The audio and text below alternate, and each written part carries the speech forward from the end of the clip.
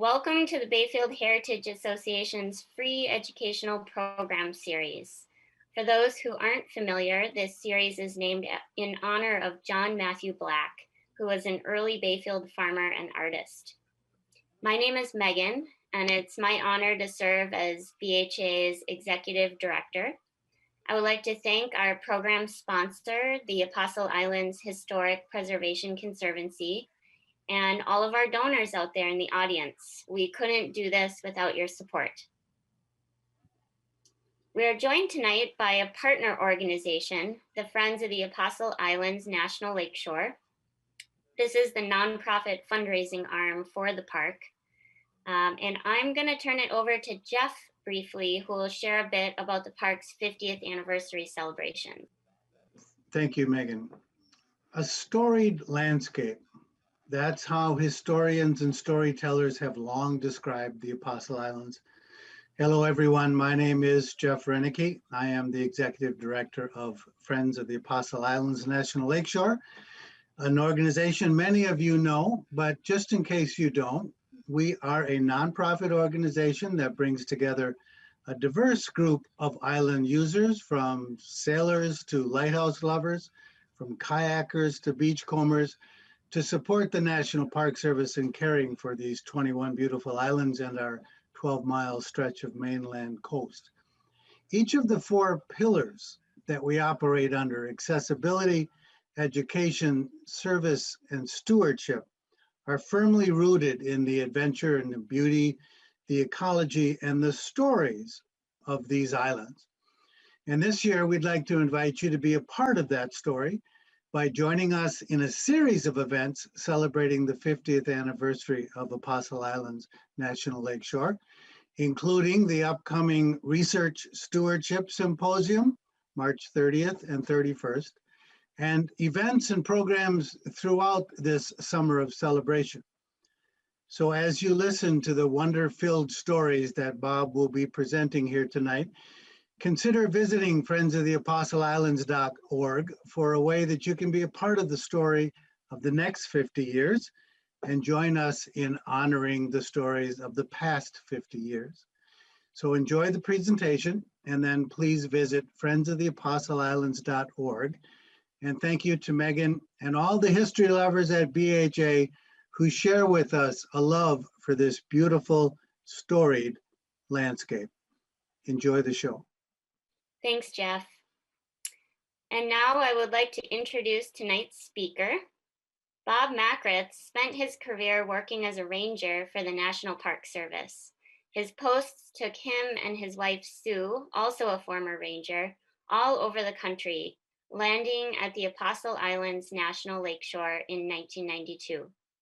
A resident of Washburn, Wisconsin, Bob serves on the board of the Apostle Islands Historic Preservation Conservancy and continues to share his wisdom and humor as park historian, writer, and speaker.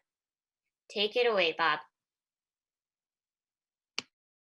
Thank you very much, Megan. I was muted there for a second. And thank you, Jeff. And yes, I spent my career with the National Park Service and was fortunate enough to end up here in the Apostles. And after spending all those years, 25 years, as a matter of fact, as a field ranger, I had the opportunity to make a midlife career switch and spent the rest of my career with the Park Service as the park historian here at the Apostles. And if people ask, I explain to them it's a fairly typical career arc for a history major. It took me about a quarter of a century to get a job in my field. So anyway, I've been lucky enough to have the opportunity to study the history of the Apostle Islands, and I've continued to do so after I retired. And of course, like we see here on the screen, one of the most best known features of the Apostle Islands are the historic light stations. And, you know, just for example, you know, I could spend all night. I could spend hours telling you stories about the lighthouses and the people who live there. The century or more than a century, when they were manned and served as homes for keepers and their families. The light station saw virtually every aspect of human experience: moments of heroism, moments of terror, courageous women and men, genuine villains. The challenges of life in that extreme environment brought out the best in some and the worst in others. But it's important to realize that you have to take those stories with a grain of salt. Just like this postcard that I'm showing you. It's more than 100 years old, mailed in 1913, and it gets most of the lighthouses wrong. Less than half of the towers that are shown are in the Apostles, and the rest are scattered all over the Great Lakes. And I've spent, as they say, nearly 30 years researching the history of the archipelago, and I could easily spend several hours tonight telling you true stories from the island's history that would keep you on the edge of your seat. But I guarantee you that no matter how long I spoke and how many stories I told, when I finally stopped for a breath, someone would ask me, "So do you have any ghost stories? Are any of the lighthouses haunted?" And if you heard a blood-curdling scream at that point, that would be me. It'd be like, "What's the matter? None of that other stuff was good enough?" But really, I get it, because people actually do love ghost stories. And to be honest, if any of these lighthouses were haunted, I'd be the first to tell you the spine-tingling tale. But there aren't any ghosts in the lighthouses. Not one. Never have been. There were several deaths in the light stations over the years. 2 babies who died in their first weeks of life. A lightkeeper's teenage son who drowned swimming by the dock. A middle-aged assistant keeper who succumbed to a heart attack just before retirement. Every one of these stories was a tragedy for somebody's family, but nowhere along the line did anyone claim that the deceased person's spirit came back and stuck around. So the answer I always give to that question is, sorry, not a one. But that's not good enough for some people, so they get creative and make up their own. And this might be dismissed as a harmless diversion, but except for the fact that some of them never get around to mentioning that they're writing fiction. And some of them are completely laughable when you pick them apart. You know, let's take a look at this website right here, which turns up if you Google the term Haunted Lighthouse, Wisconsin. It's put together by a fellow who calls himself a paranormal investigator. But he doesn't really seem to be very good at his job. Like, for instance, take a look at the photo on this page that's ostensibly about Michigan Island. He's got the wrong lighthouse. That's the Sand Island Lighthouse, not the one on Michigan. Strike one. All right, set that aside. What does the guy say about the Michigan Island Lighthouse? Several years ago, a lighthouse keeper was killed when a heavy metal door slammed shut on him during a storm. His ghost has haunted the lighthouse ever since. During every bad storm, the same door will open and slam shut twice, even if it's firmly closed and bolted. Well, okay. There's that door in the tower, and it is pretty heavy. But first of all, it's an interior door, and it's sheltered from almost every direction. There's one small window inside the tower, off to the left, where you really just see the edge of it. But the way the door swings, even if somehow it managed to blow in the wind, it wouldn't crush anyone. It would just knock them back out into the hallway. Strike two. Strike 2.5. In the 30 years I've been around here, there's been a park volunteer stationed at the lighthouse every summer, and none of them have ever complained about the tower door doing anything funny. No one in all of this time has ever reported mysterious openings and closings. So what's the source of these accounts on this paranormal investigation webpage? The guy doesn't tell us where he caught up with this rumor. I guess we're supposed to take it on faith. But strike three puts the whole game away. The collection of U.S. Lighthouse Service personnel records at the National Archives has a complete roster of every keeper and assistant keeper who ever worked at the Michigan Island Lighthouse, and none of them died on the job. Some quit, some were fired, some were transferred, some retired, but every one of them left on their own 2 feet. Ladies and gentlemen, this myth is busted.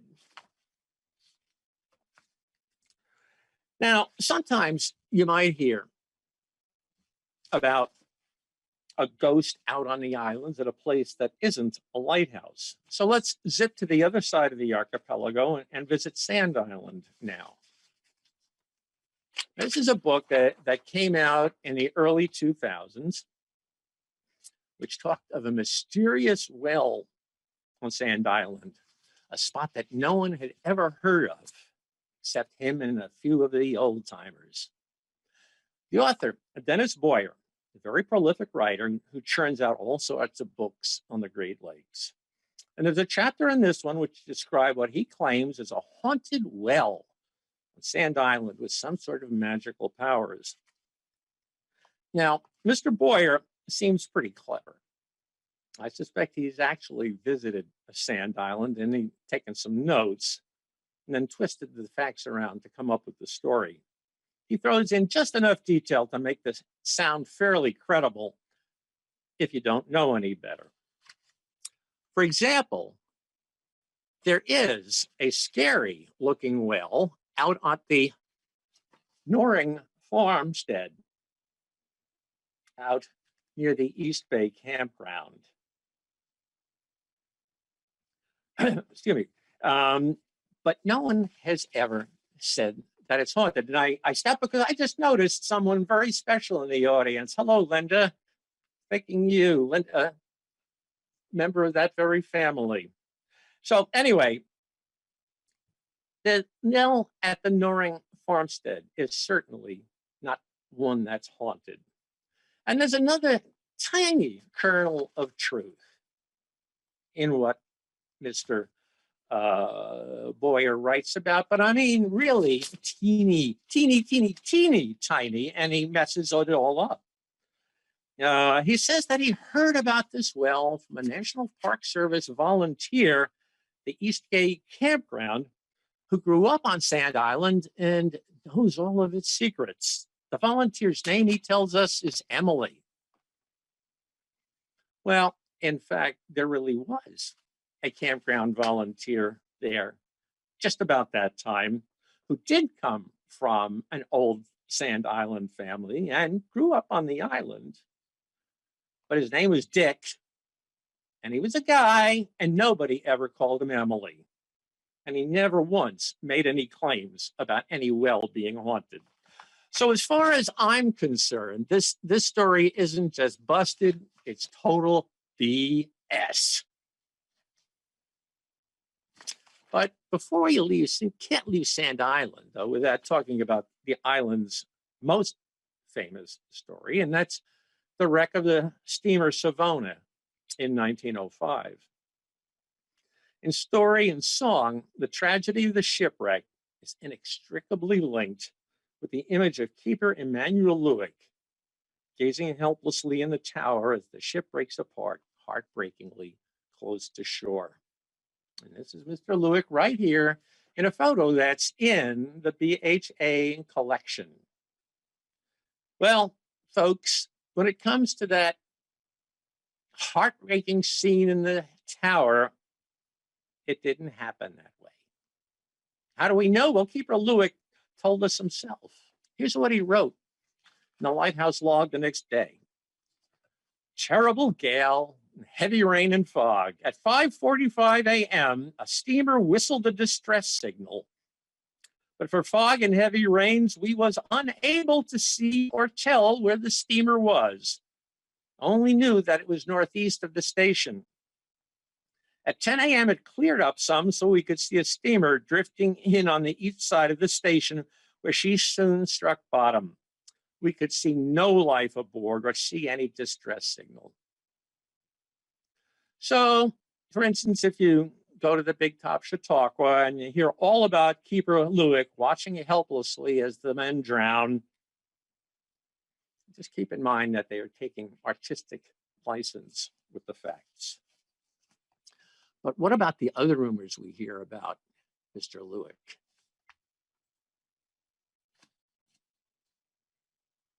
Picking the pockets of the dead sailors and their bodies washed up. Even some folks who knew him would tell you that one. It turns out, for one thing, that Emmanuel Lewick wasn't very well liked. One old-timer who grew up in a fishing camp out on the islands and put in a stint with the Coast Guard at Raspberry Island when the lighthouse was still manned, he recollected, they always told a story about him that I believed. When the Saona went down, the bodies came up on the beach and there was a satchel. Each ship captain was the paymaster. The bodies in the satchel were there, but no money. And Lewick had a lot of money after that. Well, I believed it. He was a mean man, miserable. He makes you appreciate the good ones. Well, Lewick certainly did a fair share of scrounging around the flotsam and jetsam. We have a photo right here where he's bringing back a load of blankets and curtains that washed ashore from the wreck, and he certainly wasn't trying to hide that. On the other hand, I suspect he may have gotten wind at the time that people were starting to whisper about him, because more than a month after the day of the wreck, he makes a curious note in his logbook. October 21st, 1905, Keeper found a piece of a $1 bill in Justice Bay. The first money he found since the wreck. Here's something else to consider. The same kind of rumors went around when the steamer Algoma wrecked on Isle Royale 20 years before the Saona. Except in this case, it wasn't a lighthouse keeper, but it was a local fisherman who were accused of picking the dead sailors' pockets. So maybe this ghoulish scrounging is a genuine time-dishonored tradition, or maybe it's nothing more than a rumor that refuses to die. I'm leaning toward the unfounded rumor camp, but I'm nowhere near certain. So this one, I'm just going to say the story is not confirmed. But I'm not ready yet to be done with Keeper Lewick and let him off the hook quite so easily, because he himself was a big one for playing games with the truth. In 1937, more than 30 years later, when he retired from the lighthouse service up at Grand Marais on the North Shore, he gave an interview to a local reporter and made himself out a hero. Here's a quick quote about the wreck of the Saona. 7 lives were lost, but 4 men were saved when Mr. Lewick picked them up and brought them to safety. Among them were the captain, the mate, the watchman, and wheelman.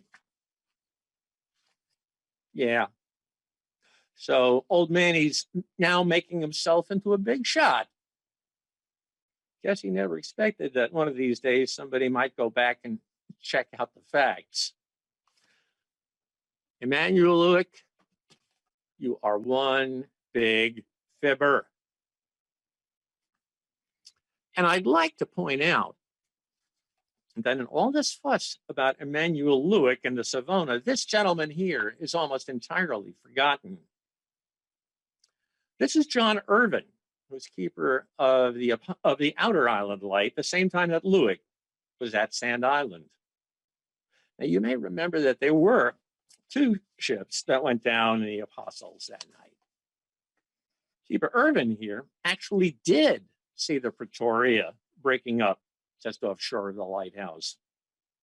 And no, he was not a young man at the time. Irvin waded out into the surf and saved 5 of the sailors at the risk of his own life. This guy is a genuine hero. But he died just a few years later, and he was quickly forgotten, while Emmanuel Leck had several more decades to go around puffing up his own role. John Irving, you are a hero. Emmanuel Leck, you're a putz.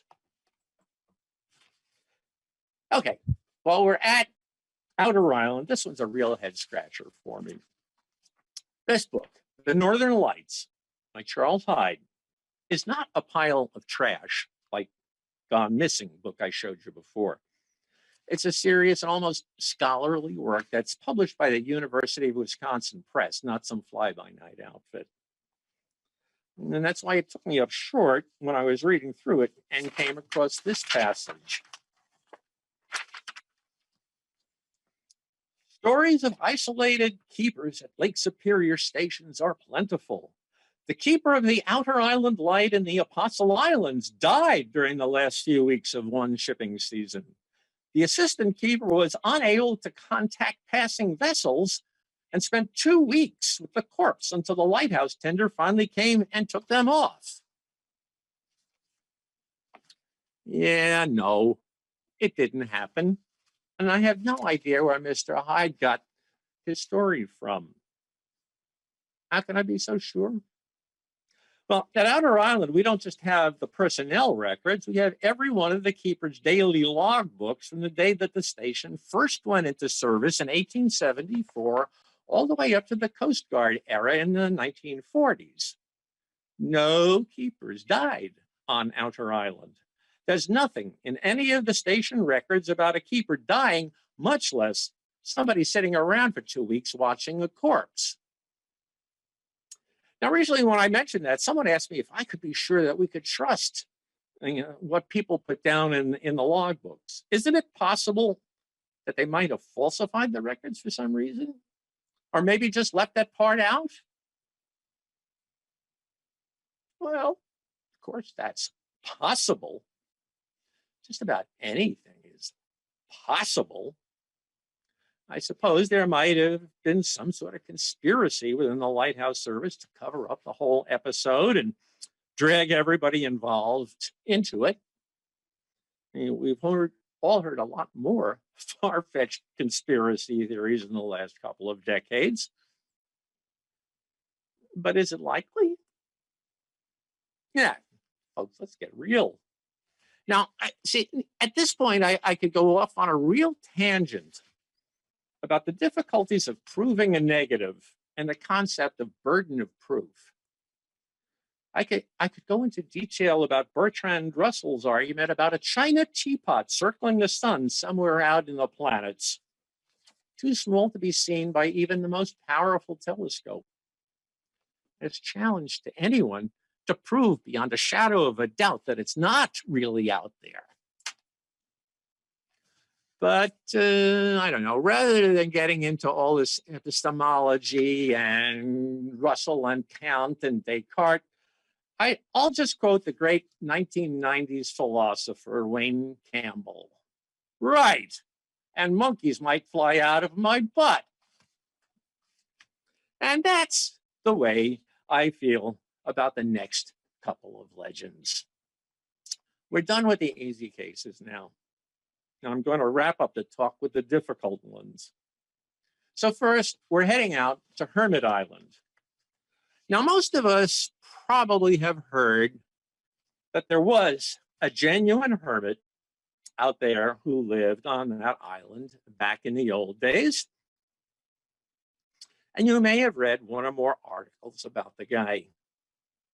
And now, without even knowing what you've been reading, I'll tell you flat out that a lot of it is probably wrong. Or to be more tactful, highly suspect. The reason I'm so confident in saying that is we just don't have very much in the way of reliable information about the gentleman who's remembered as William Wilson, the island hermit. We do have census records which confirm that a man who went by the name Wilson lived in the general area at the time. They say that he was born in Canada around 1791, and his occupation was listed as cooper or barrel maker, which matches the oral accounts that are been handed down to us. But otherwise, we have only one detailed account of the guy from someone who actually met him.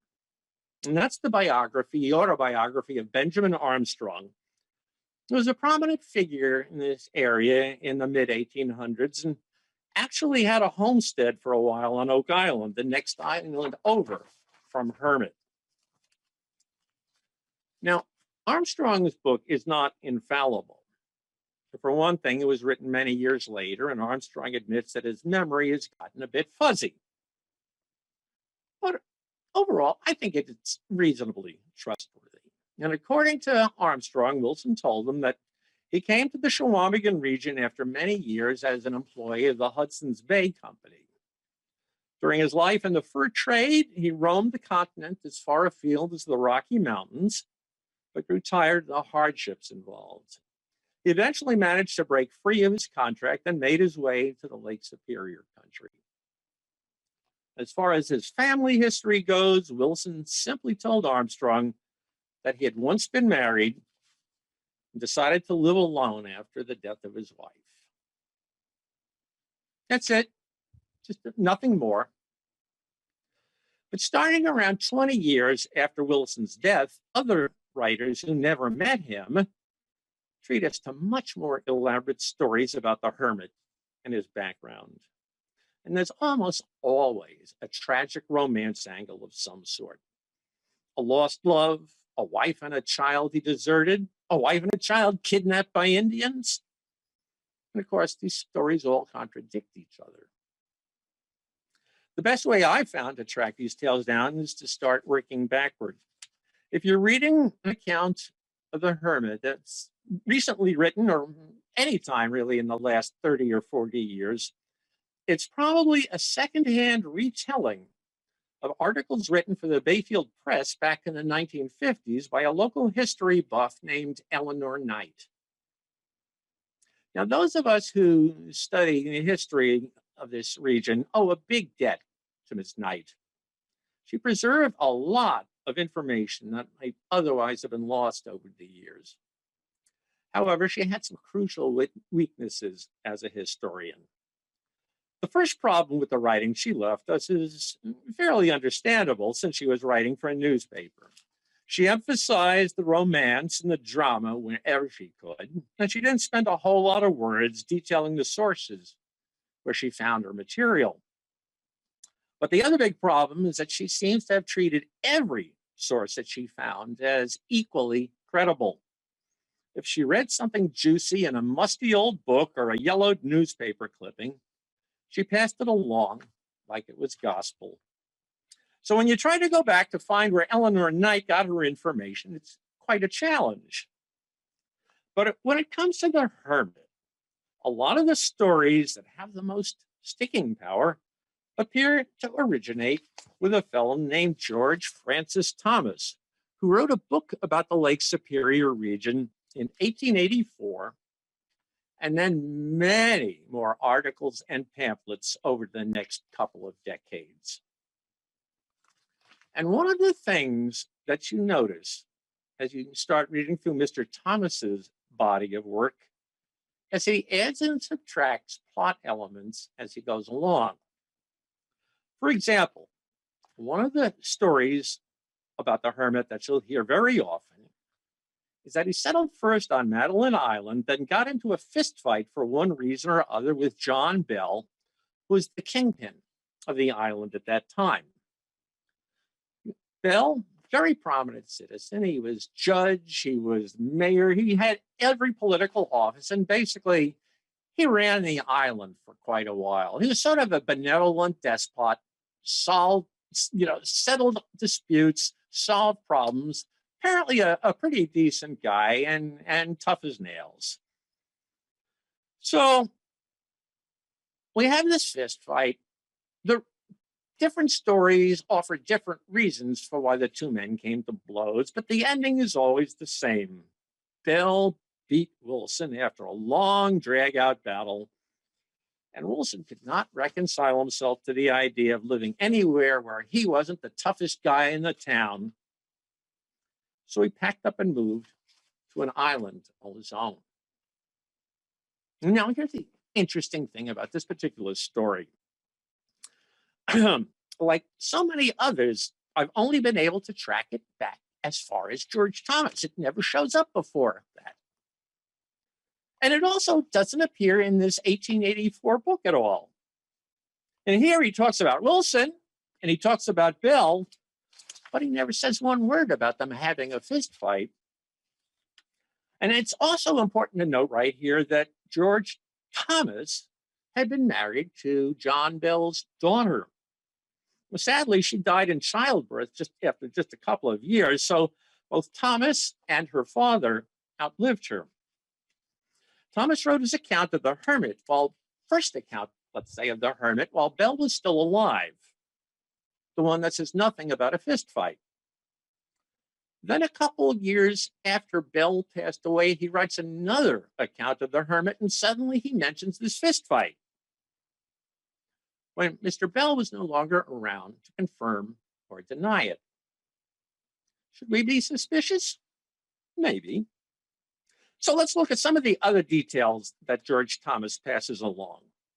In his first account of the Hermit, he mentions that Wilson had a book that he carried around and quoted from constantly called The Whole Duty of Man. Well, there really is such a book. It was a devotional work written about 200 years earlier by an Anglican clergyman, and it remained popular in England for a very long time. In fact, it's often mentioned in novels of that era as the sort of book that would be found in the library of someone who only owned a couple of books. The time was almost a cliche.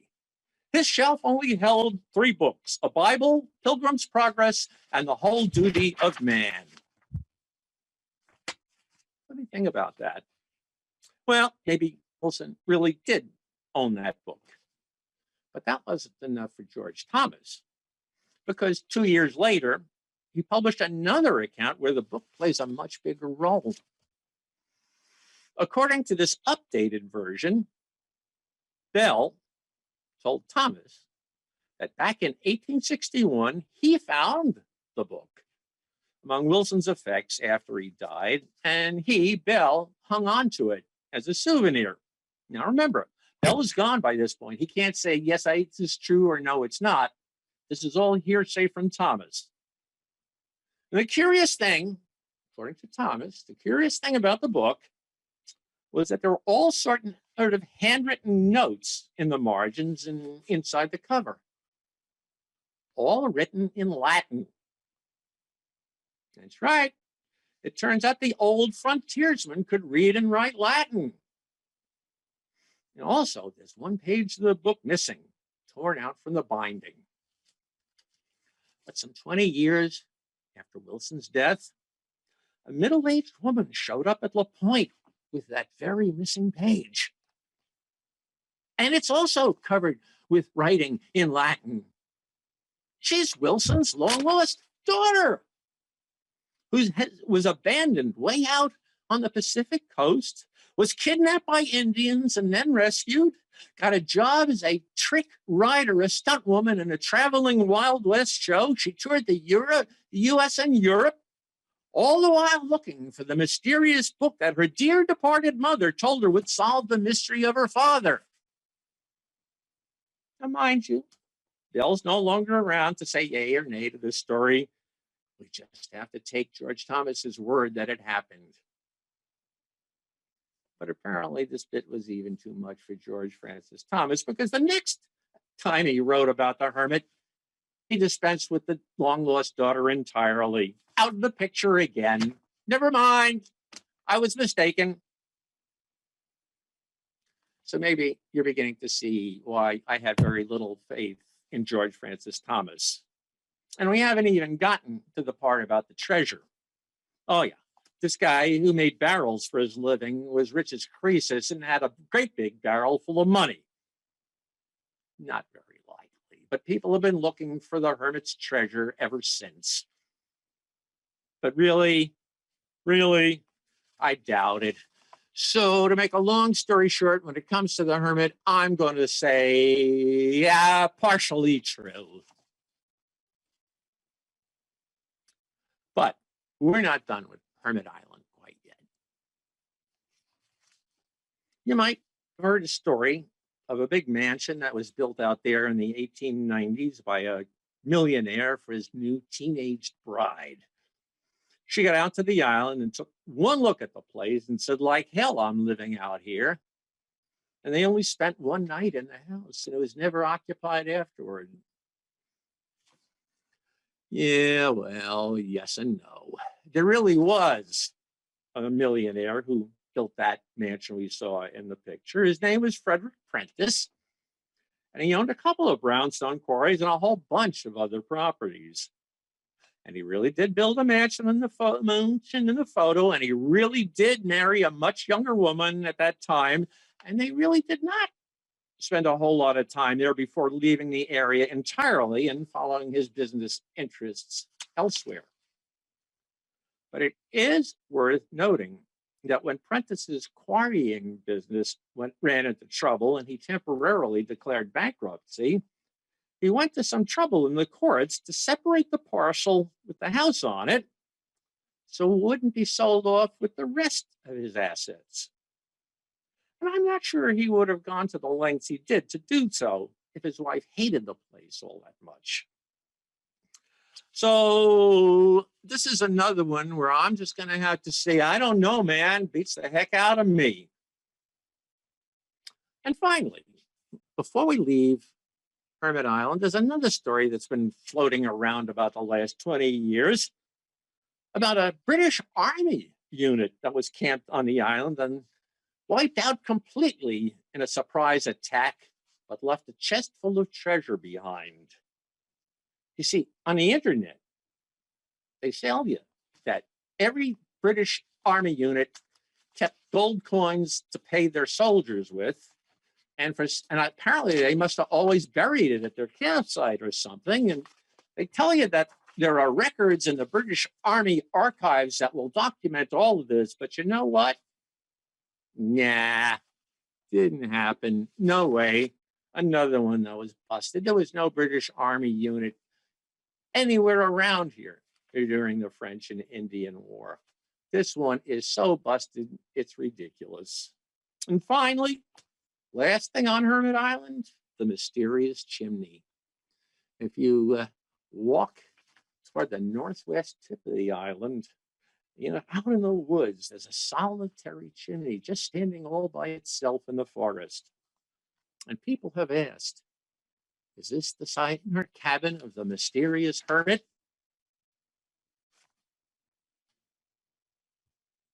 No, it was just some guy's summer cabin built after the Second World War. Park Service tore it down about 2004. And leaving the chimney behind was my idea. I thought it'd make a neat reminder that somebody once had a place here. I never stopped to think that somebody would say it belonged to the hermit, but that just goes to show you how quickly the real stories can fade out of view and legends take over. I mean, I was there when it was torn down. And if you look at this right now, you say, oh, that's kind of a shame. That's a nice looking cabin. Yeah, well, not really. Don't shed any tears. It was in pretty sorry shape by that point.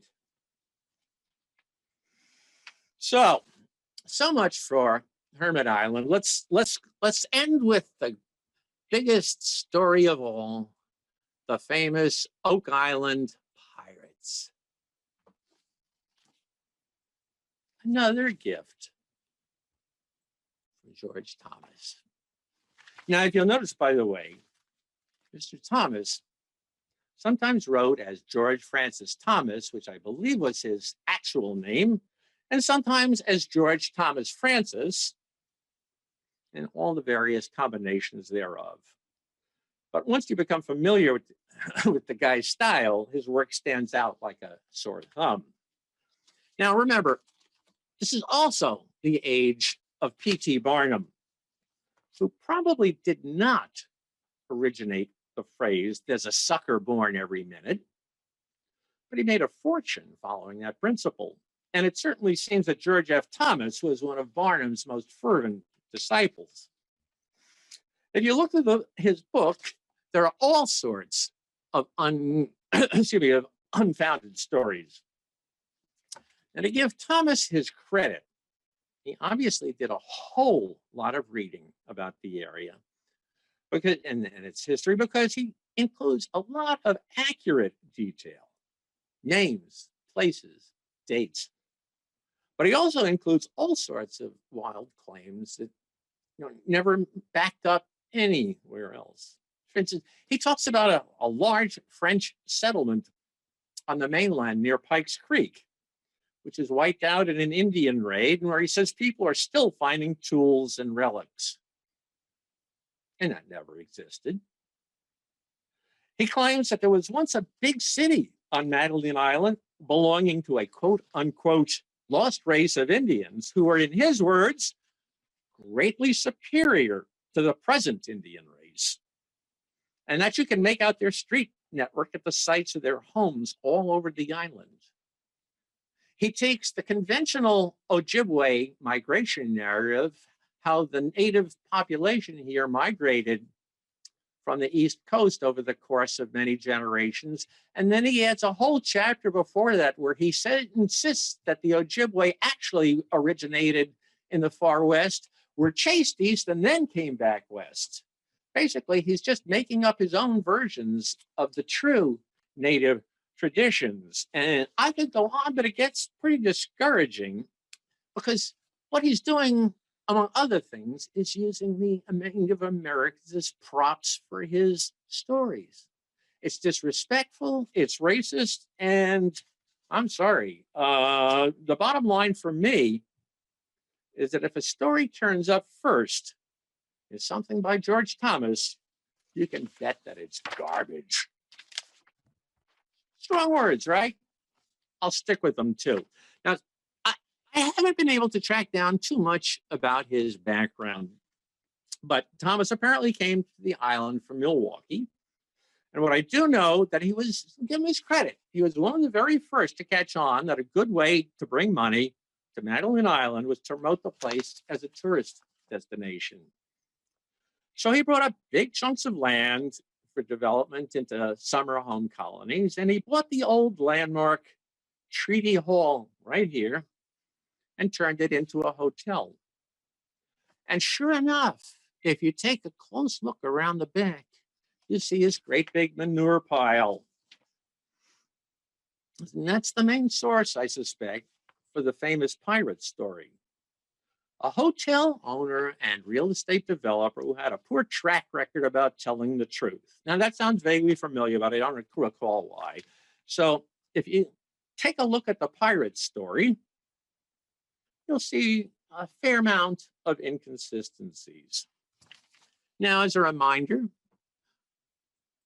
according to Mr. Thomas, there was a band of pirates who called themselves the 12 Apostles. They made their headquarters in a cave on Oak Island. And they are the reason that the archipelago has been called the Apostle Islands ever since, because of the pirate band, the 12 Apostles.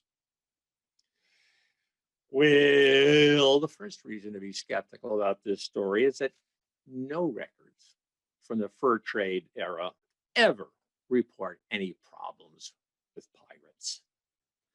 And given the extensive documentation available, it's hard to believe that no one at all would ever have gotten around to mentioning a problem as serious as the ones these buccaneers allegedly posed. In fact, no documents at all, no reports whatsoever, say a word about pirates in the islands until George Francis Thomas started writing about them. So if the pirate tale is to be believed, we have to accept the idea that every other regional chronicler somehow forgot they existed and the problems they caused until George Thomas came around to remind them. And where did Mr. Thomas come across this long-lost information? He tells us that he was told of the pirates by an old French-Canadian man who read about them in a library book in Montreal a long time ago. So that's it. He heard it from a guy who read about it someplace. If you can remember the 70s, you start hearing that song about heard it from a friend who heard it from a friend who heard it from another. You've been messing around. That's about as good a source as Mr. Thomas claims for his pirates. He doesn't even claim any better source than that. And then when he fleshes out the story with detail, he makes it even easier to dismiss it entirely. Now remember, he says that the pirates are the reason the islands got their name. Well, according to Thomas, this pirate band was active around 1805 or thereabouts. Yeah, well, the problem is that the term Apostle Islands was already in use by the 1740s. And he also claims that his pirates once ambushed a party of French travelers en route to copper mines on the North Shore. And this shows you that Thomas had a sort of good handle on what happened, because sure enough, the French did try to mine for copper on the North Shore, but they gave it up in the 1740s, about 60 years before these pirates were supposedly around. So you've got a bunch of pirates who call themselves the Apostles, supposedly, and according to that, that's the reason the islands were named the Apostles 60 years beforehand. Mr. Thomas, your chronology is just a little bit off. And finally, there's a problem, small problem, with that Oak Island cave. It doesn't exist. The Oak Island shoreline has been well charted since George Thomas's time, and there's just no cave there. And then Thomas went on to make things even harder for anyone inclined to believe him. About 15 years later, he started a magazine of his own called Picturesque Wisconsin. And with freedom to put anything in it, that whatever he pleased, Thomas went all out this time, adding a whole bunch of improbable plot twists that contradict his other account in several places. He talks about a climactic pitched battle between the pirate band and the voyageurs from La Point, which finally broke the pirates' power. A great big, huge battle right here in the Apostles that no other source ever gets around to telling us about.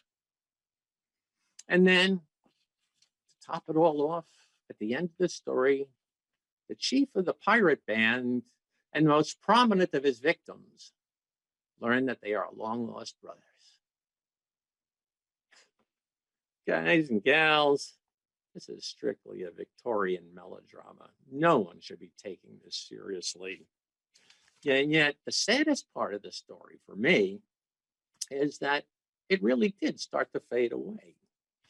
Almost completely disappeared after about 10 or 20 years. It's mentioned every once in a while. There's a newspaper item I saw that's mentioned in a video on the BHA website from around 1905, 1910. But as time went past, nobody told the pirate story anymore. But then in the mid-1950s, Eleanor Knight came across one of George Thomas's articles and ran straight to her typewriter. She set it down for her next newspaper column. And she says near the end, well, basically, some of this may have been embellished, but a lot of it could be true. Yeah, Eleanor, thanks a lot. We've been stuck with those pirates ever since. Yeah, it could be true, all right. And those monkeys could be flying out of my shorts any minute. So listen, ladies and gentlemen, that pirate story, totally busted. And now, let me just end with some thoughts on the importance of being accurate when it comes to history. If you're going to treasure the Apostle Islands and this resource here and its heritage, and you really want to protect this storied landscape, it's incumbent to be as accurate as you possibly can. We all make mistakes, and I've certainly had to go back and revise some of my own conjectures as I come up with an idea and an account of an episode, and then find evidence that contradicts my conclusions. If you're honest, you go back and you point that out, and you don't make stuff up. Now, to me, being careless with the facts is sort of like leaving a messy campsite. Making up stories is vandalism. It's like driving a bulldozer through a national park and damaging the resource irreparably. When a story like the pirates goes around and displaces the genuine stories, it's an act of cultural vandalism. And as far as I can see, when people say, yeah, but it's a cool story and it gives you an idea of what I'm like, it's sort of like, yes, well, I know what Troy looks like. I've been to the Dells. Well, actually, no, that's Wisconsin Dells. This is Troy. I know because I've been there. And if you tell me that, well, yes, I know, but telling these stories attracts people's attention and it makes them more interested in the islands and they're more likely to visit, yeah, well, if you really want people to visit, you put up a water slide out on Michigan Island and make it a 2-for-1 ticket. You see the lighthouse in the morning and go for a slide in the afternoon. And I don't think that's what we want to be doing with our national park.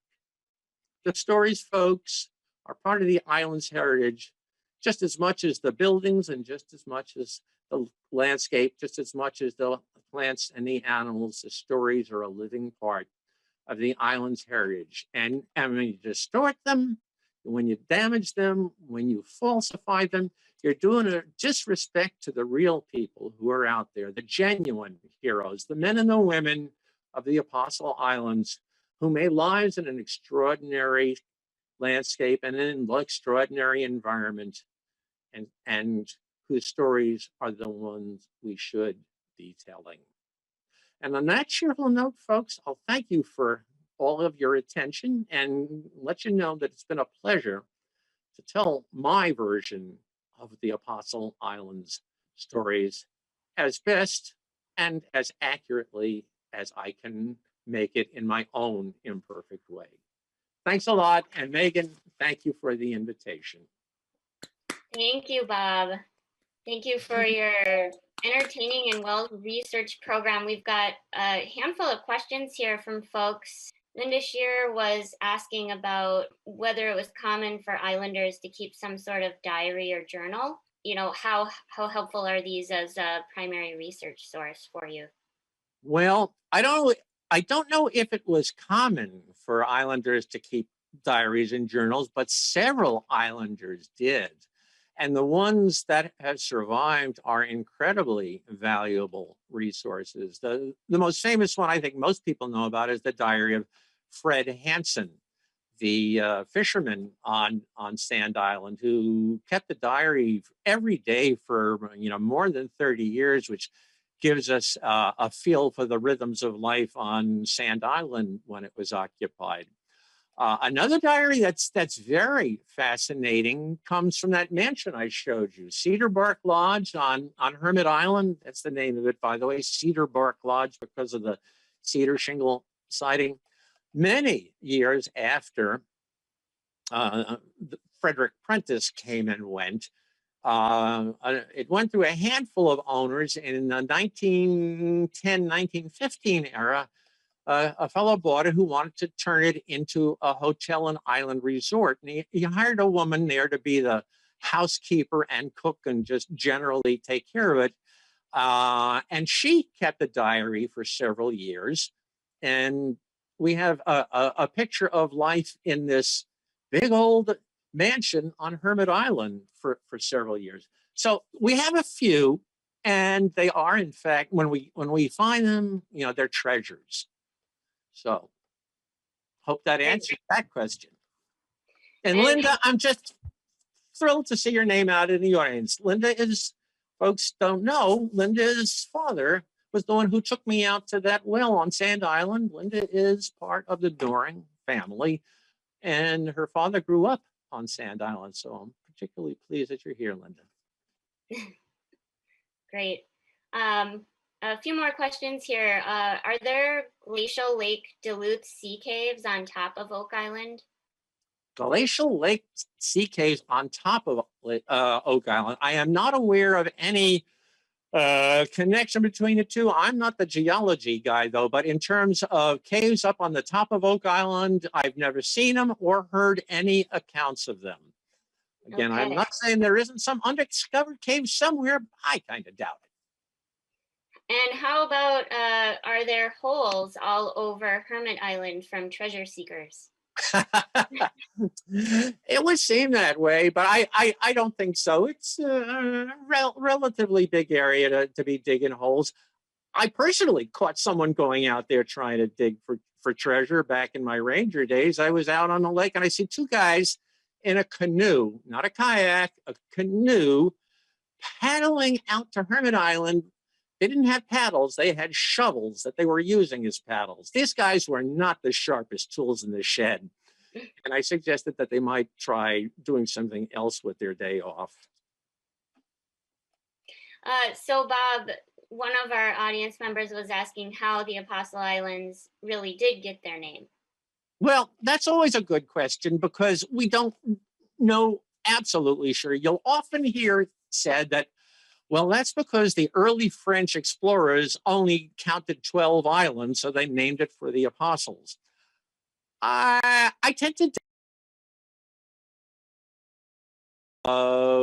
number one, you know, there is the tradition among the French that they gave places names related to the religion. You know, you have Sault Ste. Marie, St. Mary's Rapids, you know, the various cities, St. Catherine, St. Catherine.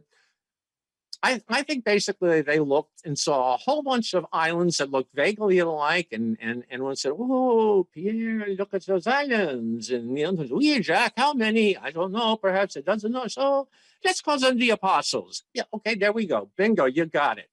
Certainly, by the time the name the Apostle Island shows up, first time the name Apostle Islands is actually seen in print is on a map from 1743, I think it is. And it does say the islands of the 12 apostles. But this map is published in Paris, and it doesn't, and I don't necessarily think that's meant to be taken literally that there are only 12 islands. I think the guy who was making the map said, okay, we'll call this, we'll say this is the islands of the 12 apostles. I don't think we can take that as an absolute indication that they thought there was only 12, because there are places where you can see more than that. And by that point, the French had been up here for about 80 years. I'm sure they would have noticed by that point. So the French did it, but we don't know why. Great. Couple of questions from folks interested in actually writing about the islands. Any valuable primary research sources, and particularly in the fur trade era?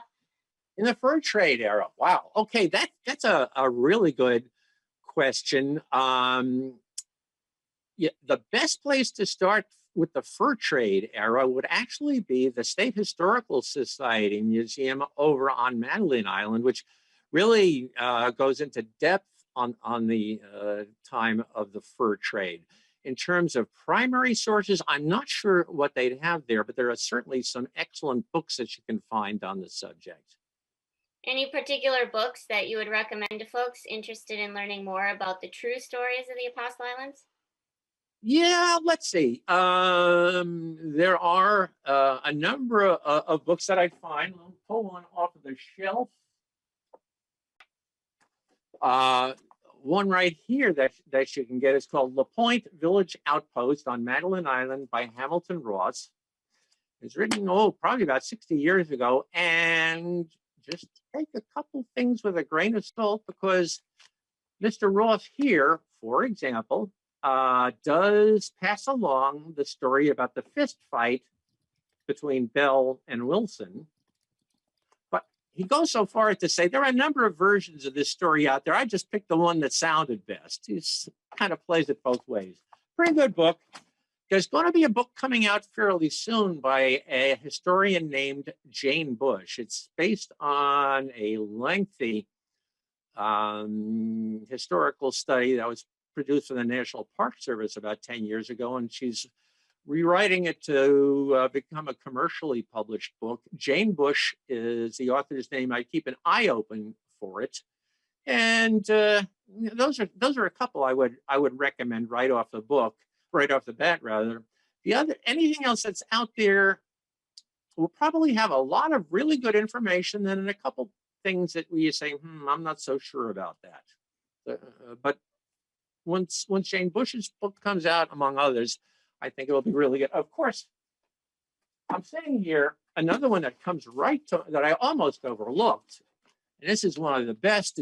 It might be a little heavy going for a beginner. It's called A Storied Wilderness by a University of Wisconsin professor named James Feldman. Jim Feldman was actually a summer ranger here at the Apostles for a summer or two, and he wrote his PhD dissertation on the history of the islands and the history, particularly in the concept and the conception of the islands as wilderness.